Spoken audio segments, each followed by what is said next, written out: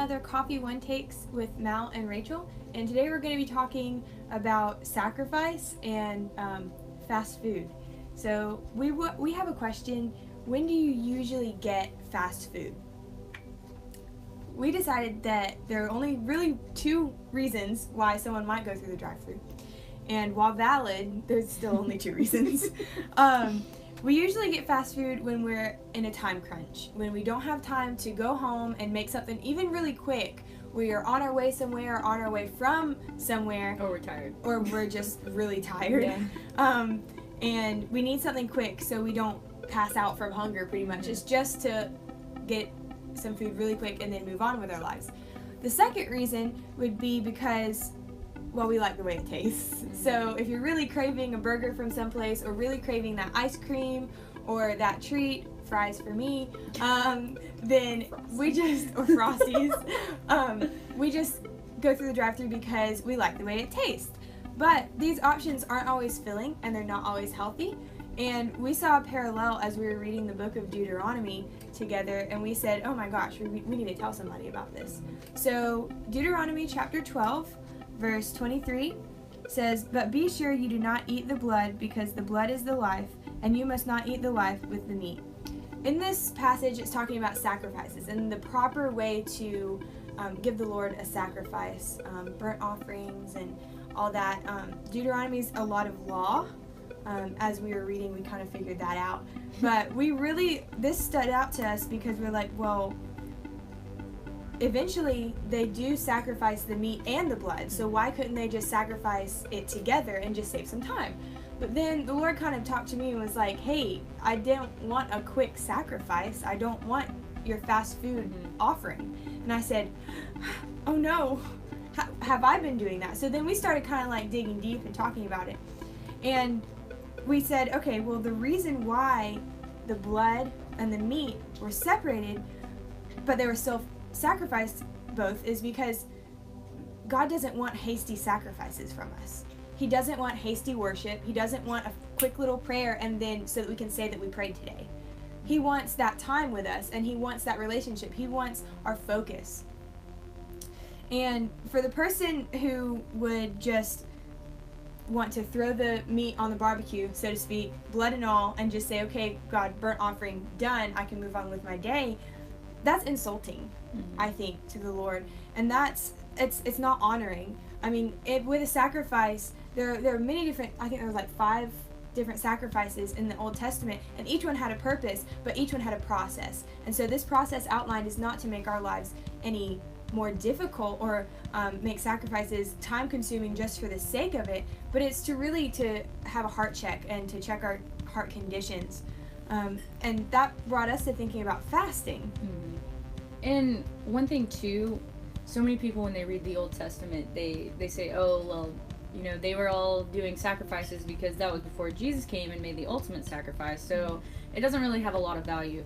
But God didn't put it in the Bible that we read today if it didn't have value, and if he didn't want us to continually have sacrifices and make sacrifices in order to grow with him and with our relationship with him, so we better, edify the body. And then we thought, okay, fasting is such a sacrifice, especially on your bodies. And I mean, it can be whatever, if you choose to sacrifice social media, like we do for the 21-day fast as a church, usually at the beginning of every year. But fasting it's not just a once a year thing. It doesn't have to be.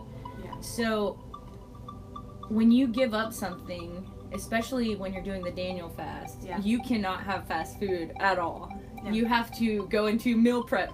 There are no French fries. No. You have to go into meal prep. Okay, I'm going to eat this for breakfast. I'm going to not eat it all for lunch or something, what have you. Yeah. So fasting, it takes so much time and so much planning. It takes sacrifice. It's a huge sacrifice, especially on your body, because you're giving up the things that you like, the things that you want, your cravings for ice cream, at night. You know? You can't be hasty with something like fasting.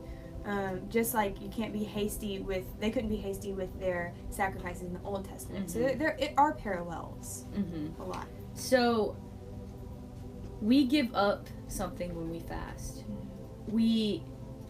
It's a call for us to check what's sustaining us. Is God sustaining us, or are we leaning too much on food, to sustain us, or coffee, but usually when you're on a fast, after you have done the fast for, let's say, a week or two, your body starts to feel better because you went through that detox process, and you're getting a lot more nutrients that your body needs, so you feel more energized. And I mean, most of us lose weight even, but that's not the reason for doing the fast. The fast is not supposed to just be, oh, I'm gonna lose weight during this, although that's a bonus, but it's not the focus. It's not the focus.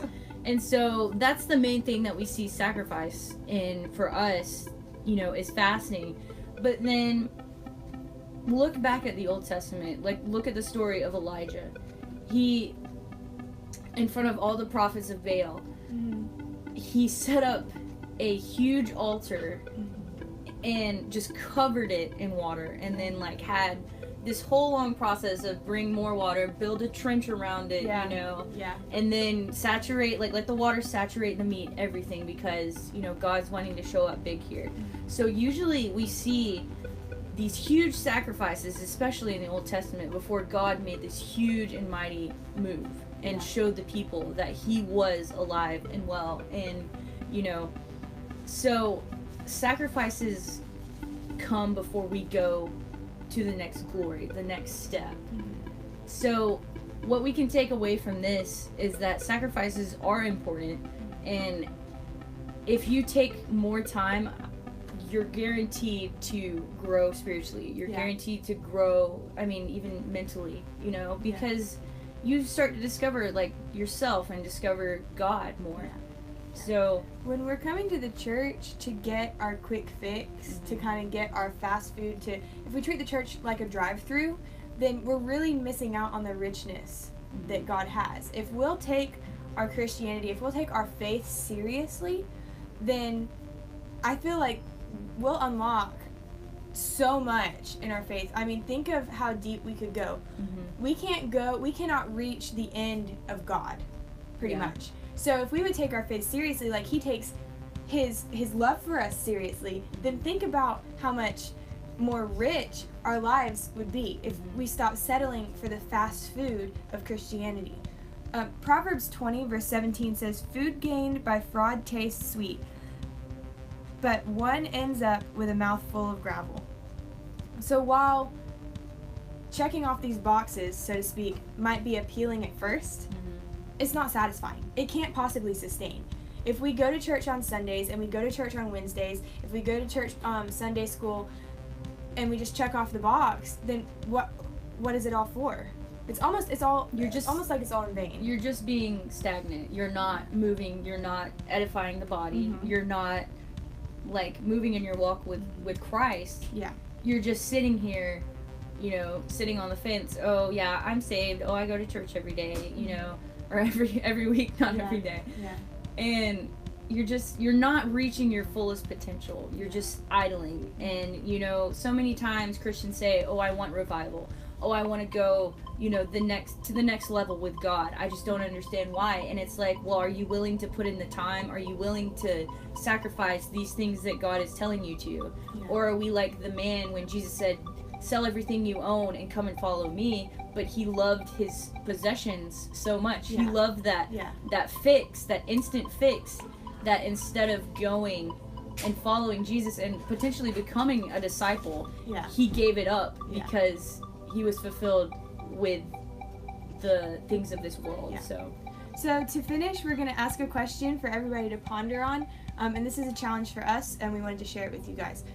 How can we make sure that we're not giving God fast food sacrifices in our worship and our prayer?